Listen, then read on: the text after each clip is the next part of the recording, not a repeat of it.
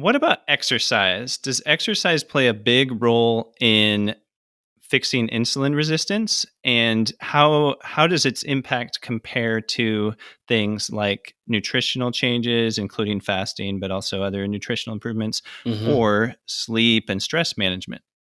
Yeah. Yeah. Well, exercise is very important. I wouldn't put it on par with nutrition. Nothing is. That's unparalleled in its efficacy. But I would certainly put it, maybe shortly under it, right around the range of good sleep. The benefit of exercise is that during exercise, we don't need insulin to control glucose levels. Our hungry muscles, as they're working out, start pulling in the sugar from the blood on their own. They don't wait for insulin to come tell them what to do. And indeed, insulin goes quite low, and at the same time, glucose is coming down. So exercise, I'm a big advocate of exercise for those reasons. Also, there are very acute, immediate benefits.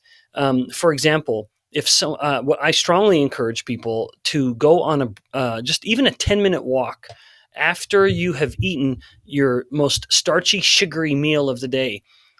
This is very well quantified or measured that if you have that starchy, sugary meal, in the absence of exercise, there's a pretty considerable increase in blood glucose and insulin levels. If you at the end of that starchy, sugary meal, go out on a brisk walk, you can lower that increase by about 50%. It's really a rather dramatic reduction in the blood glucose and the insulin levels. So it's an undeniable and very effective intervention to try to mitigate some of the metabolic disarray that comes from indulging in very starchy, sugary meals.